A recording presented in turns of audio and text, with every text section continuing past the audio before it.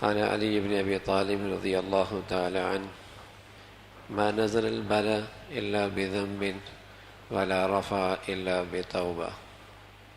حضرت علی رضی اللہ عنہ فرماتے ہیں ما نزل بلا، کوئی مصیبت آتی ہے الا بذنب، گناہ کی وجہ سے آتی ہے، ولا رفع الا بتوبہ، اور یہ جاتی کب ہے؟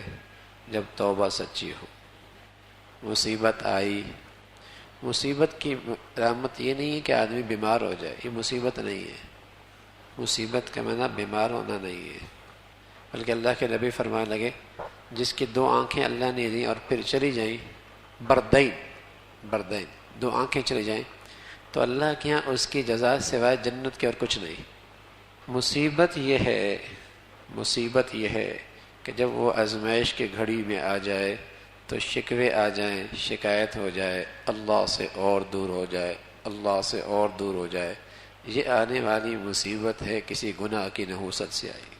ورنہ تو اللہ کی رحمت کی کئی شکل ایسی ہیں جن کی صورت زحمت کی ہوتی ہے، حقیقت میں رحمت ہوتی ہے، حقیقت میں وہ رحمت ہوتی ہے۔ علی فرمانے رضی اللہ، جب کوئی مصیبت اور بلا آئی تو گناہ کی وجہ سے آئی، ٹلے گی کیسے؟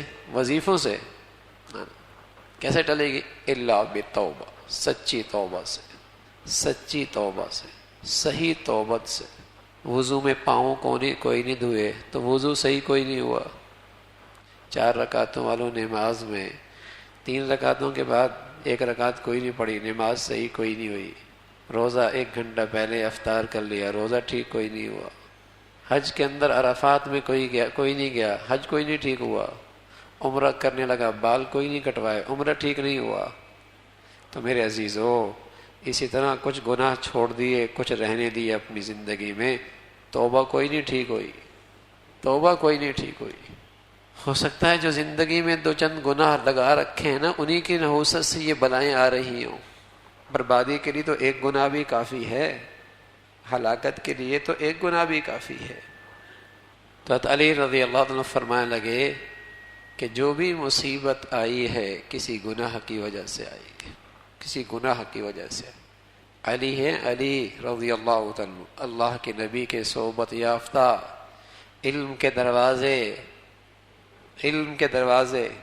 ہم 1000 اسباب تلاش کرتے ہیں، یہ ہو گیا، وہ ہو گیا، وہ ہو گیا۔ یہ بھی تو دیکھ لیں میرے گھر میں گناہ کتنے ہیں، سارے بے نمازی اکٹھے ہیں، کب سے لقمہ حرام آ رہا ہے۔ کوئی دن ایسا بھی گزرا کہ میرے گھر میں موسیقی کی آواز نہ اٹھی ہوئی ہو؟ کوئی میرے مجلس محفل ایسی بھی گزری جس میں غیبت نہ ہوئی ہو؟ کوئی میری تجارت بازار ایسا بھی گزرا کہ میری زبان پہ جھوٹ نہ آیا ہو؟ اس کی بھی تو نحوست ہے۔ تو فرمایا آنے والی مصیبت، آنے والی دکھ، آنے والی آزمائش گناہ کی وجہ سے ہے۔ کیسے ٹلے گی؟ نرے وظیفوں سے نہیں، نرے وظیفے نہیں۔ آج کا مسلمان بھی بڑا نادان ہے، آسان راستہ دیکھتا ہے، آسان زندگی نہ بدلنا پڑے، مصیبت ٹل جائے، گناہ نہیں چھوڑے گا، وظیفے لمبے چوڑے پڑے گا۔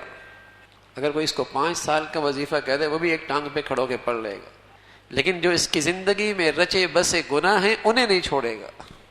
تو علی رضی اللہ عنہ فرمانے لگے مصیبت تو ٹلے گی گناہ کی وجہ، توبہ کی وجہ سے، اور توبہ بھی ٹھیک ہو، آدھا وضو نہیں، وضو صحیح نہیں ہوتا، اتحیات کوئی نہیں پڑھی، نماز صحیح نہیں ہوتی، آدھا گھنٹہ پہلے روزہ چھوڑ دیا، روزہ صحیح نہیں ہوتا، سارا حج کے سب کچھ کر لیا، عرفات کوئی نہیں گیا، حج ٹھیک کوئی نہیں ہوا، یہ بھی چھوڑ دیا گناہ، یہ بھی چھوڑ دیا، یہ چھوڑ دیا، نہیں یہ تو میری زندگی کا حصہ ہیں، ان کے بغیر زندگی کیسے گزر سکتی ہے؟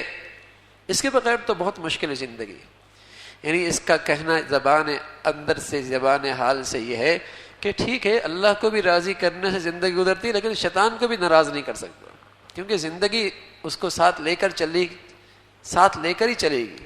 تو یہ جو اس کا عقیدہ خراب ہو گیا، یہ نظریہ خراب ہو گیا کہ شیطان کے بغیر، گناہ کے بغیر زندگی نہیں گزرے گی، ہاں تو کیسے مصیبت ٹلے گی؟ تو فرمانے لگے کہ مصیبت ٹلے گی سچی توبہ کے ساتھ، سچی توبہ کے ساتھ۔ اس لیے حدیث قدسی ہے، اللہ کہتا ہے، اللہ فرمانے لگے، اللہ رب العزت فرمانے لگے وعزتی وجلالی، میری عزت کی قسم، میری کبریائی اور میری بڑائی کی قسم، اللہ قسم کھا کے ایک بات کہہ رہا ہے. اللہ کو قسم کھانے کی کیا ضرورت ہے؟ لیکن یہ اللہ کی شفقت اور پیار ہے کہ کسی طرح میرا بندہ مان جائے، میرا بندہ اس بات کو سمجھ لے. قسم کھا کے کہہ رہا ہے. باپ بیٹے کو قسم کھا کے بات کہے، ہاں عجیب لگتا ہے نا. باپ بیٹے قسم کھا رہا ہے، بیٹے یہ قسم خدا کی ایسا ہے، عجیب سا لگتا ہے. استاد قسم کھائے. اور یہاں حاکموں کا حاکم، بادشاہوں کا بادشاہ اپنے بندوں پہ اتنا مہربان ہے کہ مان جائیں. قسمیں کھا کھا کے یقین دہانیاں کرا رہے ہیں. صرف اللہ حاکم نہیں ہے نا کہ یوں کہہ دیا نہیں کرو گے سزا آ جائے گی. ہاں صرف حاکم نہیں ہے کہ یہ آرڈر ہے نہیں کرو گے تو سزا آئے گی. نہ رحیم بھی ہیں، رحمان بھی ہیں، رحمان بھی ہیں، رحیم بھی ہیں، کریم بھی ہیں، مہربان بھی ہیں. تو قسمیں کھا کھا کے سمجھا رہے. ہمارا وعزتی وجلالی، میری عزت کے قسم، میرے کبریائی کے قسم. لا يكون عبد من عبيدي على ما يحب ثم ينتقل عنه الى ما اكره الا انتقلت له مما يحب الى ما يكره. فرمایا میری عزت اور جلال کی قسم کہ بندہ جب ایسی حالت میں ہوتا ہے، ایسی زندگی گزار رہا ہوتا ہے جو مجھے پسند ہوتی ہے، تو میں بھی اس کو ایسی زندگی کی طرف منتقل کرتا ہوں جو اسے پسند ہوتی ہے. اور جب وہ میری پسندیدہ زندگی چھوڑ دیتا ہے اور اس زندگی اختیار کرتا ہے جو مجھے پسند نہیں، تو میں بھی اس کی زندگی میں ایسے حالات لے کے آ جاتا ہوں جو اسے پسند نہیں ہوتے. میری عزت کی قسم، میرے جلال کی قسم. ان اللہ لا یغیر ما بقوم حتی یغیروا ما بانفسہم. اللہ حالات یوں ہی تو نہیں بدلتا ہے، پہلے یہ خود اپنے بدن سے نکلنے والی زندگی بدلتا ہے، پھر حالات اللہ بدل دیتے ہیں. اس لیے فرمایا اذا كنت في نعمة فرعها. جب اللہ کوئی نعمت دے نا پھر اس کی حفاظت بھی کرو. فإن المعاصي تزيل النعم. اس لیے کہ گناہ نعمتوں کو چھین لیا کرتے ہیں. جب اللہ کوئی نعمت دے دے پھر اس کی حفاظت بھی کرو، اس لیے کہ نعمتوں سے، گناہوں سے نعمتیں چھن جایا کرتی ہیں. کبھی تو ایسا ہوتا ہے کہ اس نعمت کا وجود ہی نہیں رہتا، وجود ہی نکل جاتی ہے. اور کبھی ایسا ہوتا ہے میرے عزیزو کہ نعمتوں کی شکل رہ جاتی ہے اور اس کی چوکیداری رہ جاتی ہے، لیکن اس نعمت کی راحت اور سکون اور لطف جاتا رہتا ہے. کبھی ایسا ہوتا ہے کہ نعمت کی شکل رہ جاتی ہے، اس کی خواری اور چوکیداری رہ جاتی ہے، لیکن اس نعمت کا سکون اور لطف اور راحت ختم ہو جاتی ہے. بیٹا ہے، بیٹا نہیں گیا، زندہ ہے، مرا نہیں، لیکن اس سے جو راحت ملنی تھی وہ کوئی نہیں مل رہی، وہ راحت ختم ہو گئی. دولت ساری کنگلا نہیں ہوا، فٹ پاتھ پہ نہیں پھینکا، لیکن اس کی خواری اور چوکیداری رہ گئی، لیکن اس سے لطف اور زندگی کی راحت کوئی نہیں مل رہی. ایسی زندگی کی ہر نعمت کا حال ہے کہ نعمت اللہ دے اس کی حفاظت کرو، ورنہ گناہ نعمتوں کو چھین لیا کرتے ہیں. گناہوں سے نعمتیں زائل ہو جاتی ہیں. اور میرے عزیزو کبھی نعمتوں کا وجود ہی ختم ہو جاتا ہے، کبھی نعمتوں کی شکلیں رہ جاتی ہیں، صورتیں رہ جاتی ہیں، لیکن ان کے اندر سے لطف اور راحت ختم ہو جاتا ہے. بیوی ہے، آنکھوں کی ٹھنڈک ہے، اور ایک وقت آتا ایسا ہے کہ یہ نہ ہوتی تو اچھا ہوتا. وہ بھی کہتے ہیں یہ نہ ہوتا تو اچھا ہوتا. نعمت موجود ہے، وہ ختم نہیں ہوئی، لیکن اس میں راحت ختم ہو گئی. راحت ختم. گھر بہت بڑا ہے، اللہ نے جھونپڑی میں نہیں پھینکا، گھر بہت بڑا ہے، لیکن اندر قدم رکھتے ہی ایسا لگتا ہے آگ کی بھٹی میں قدم رکھا ہے، کسی کانٹوں کے سیج میں پاؤں آ گیا ہے، تپش بڑھ گئی ہے، کانٹا چبھنے لگا ہے، تپش بڑھ گئی ہے، کانٹا چبھنے لگا ہے. یہ گھر ہے. ازواجا لتسکنوا، یا سکون کی چیز تھی. گھر بھی اللہ نے سکون کی چیز بنائی تھی. گناہوں کی نحوستوں نے آج گھر کی نعمت سے راحت ختم کر دی. جس گھر میں ہر وقت ہی اللہ کی نافرمانی ہو، وہاں کہاں راحت مل سکتی ہے، اور راحت کی خوشبو کہاں آ سکتی ہے؟ وہاں تو کانٹے چبھیں گے. گدا بھی ہے، اے سی بھی ہے، لیکن میٹھی نیند کوئی نہیں ہے. میٹھی نیند کوئی نہیں ہے. گدا بھی ہے، راحت بھی ہے، ایسی بھی ہے، نیچی نیند کوئی نہیں ہے. تحفے بھی ہیں، تحائف بھی ہیں، لیکن محبت کی خوشبو کوئی نہیں ہے. راحت کا سامان بھی ہے، سکون کی چیزیں بھی ہیں، لیکن راحت بھی کوئی نہیں، سکون بھی کوئی نہیں. گھر کی دہلیز بہت بڑی ہے، ہاں چوکیدار بھی ہے، نوکر بھی ہیں، سارا سامان بھی ہے، لیکن اس گھر میں زندگی کا لطف کوئی نہیں. تو نعمتوں کی شکلیں رہ جاتی ہیں، نعمتوں کے اندر سے روح نکل جاتی ہے.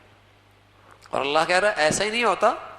میرے عزت کی قسم، میرے جلال کی قسم، جب تک یہ بندہ میری پسند کی زندگی گزارتا ہے میں اس کے لیے حالات بھی اس کے پسندیدہ پیش کر دیتا ہوں. اور جب یہ میری پسندیدہ زندگی چھوڑ کے ایسی حالات پہ آتا ہے جو مجھے پسند نہیں، پھر اسی رخ پہ یہ بھی آتا ہے. جو بوتا ہے وہ کاٹنا پڑتا ہے. وما اصابکم من مصیبت فبما کسبت ایدیکم فبما کسبت ایدیکم فبما کسبت ایدیکم، جو تمہارے ہاتھوں کا کیا ہے یہ اس کا نتیجہ ہے. وَيَعْفُو عَنْ كَثِيرٍ، اللہ کریم کہہ رہا ہے ارے ابھی تو ہم بہت معاف کر دیتے ہیں، ہر ایک پہ پکڑنے پہ آئیں تمہارا کیا حال ہو. ابھی تو ہم بہت معاف کر دیتے ہیں، ہر ایک پہ پکڑنے پہ آئیں تمہارا کیا تماشا ہو. وَلَنُذِيقَنَّكُمْ بَعْضَ الَّذِي عَمِلُوا لَعَلَّهُمْ يَرْجِعُونَ، بعض کی سزا دیتے ہیں وہ بھی تھوڑی. کیوں؟ لَعَلَّهُمْ يَرْجِعُونَ، شاید کہ تمہیں ہوش آ جائے، شاید کہ تمہیں ہوش آ جائے، شاید کہ تم سمجھ جاؤ کہ یہ کسی کی سزا ہے، کسی چیز کا نتیجہ ہے، لوٹ آؤ. لَعَلَّهُمْ، اس لیے کہ کل تو اس سے زیادہ تکلیف دے ہوں گے نا، آج لوٹ آؤ. تو حضرت علی فرمایا کرتے تھے رضی اللہ تعالیٰ عنہ، ما نزل بلاء الا بذنب ولا رفع بلاء الا بتوبہ، مصیبت آتی بھی کسی گناہ کی وجہ سے ہے اور یہ مصیبتیں ٹلتی بھی سچی توبہ کے ساتھ ہیں. توبہ ٹھیک ہو، عادی نہ ہو، اس سے استثناء کسی گناہ کو نہ کیا جائے، کچھ کو اپنے معاشرے اور سوسائٹی اور اپنی نفس کی ضرورت سمجھ کے نظر انداز نہ کیا جائے، سچی توبہ کی جائے. سچی توبہ بلاؤں اور مصیبتوں سے بچاؤ کا محفوظ قلعہ ہے. سچی توبہ بلاؤں مصیبتوں سے لیے محفوظ قلعہ ہے، اور اس سے نعمتیں محفوظ ہو جاتی ہیں، اس سے نعمتوں محفوظ ہو جاتی ہیں. اللہ رب العزت ہم سب کو بھائی ہر قسم کی گندگیوں سے، گناہوں سے محفوظ فرمائے. یہ مبارک گھڑیاں ہیں بھائی، خلوت میں، تنہائی میں، جب بھی موقع ملے اس گھڑیوں کا سب سے بڑا عمل ہے سچی توبہ، سچی ندامت، سچی شرمندگی. اپنے آپ کو بھی اس پہ آمادہ کریں، اپنے گھر والوں کو، اپنے بچوں کو، اپنی عورتوں کو بھی اس پہ لے کے آئیں کہ یہ موسم توبہ کا ہے، یہ موسم توبہ کا ہے. آج فاطمہ رضی اللہ تعالیٰ عنہ نے اللہ کے نبی صلی اللہ علیہ وسلم سے سن رکھا تھا کہ جمعے کی ایک گھڑی ایسی ہے جس میں دعائیں اللہ رد نہیں کرتے. تو مفسرین نے لکھا وہ گھڑی عصر سے لے کر مغرب کے درمیان کے وقت ہے. تو اپنی باندی سے کہہ رکھا تھا جب یہ دن ختم ہونے لگے مجھے یاد کرایا کرو، میں دعا کیا کروں گی.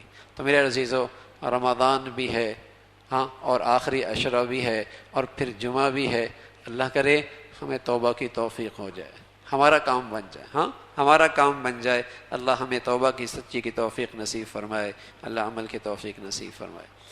اللہم لک الحمد کلو ولک الشکر کلو، اللہم لک الحمد کلو ولک الشکر کلو، اللہم لک الحمد کلو ولک الشکر کلو.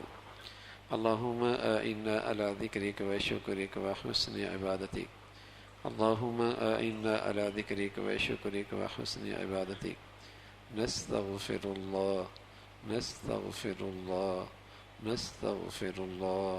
سبحان ربک رب العزت عما یصفون وسلام علی المرسلین سلام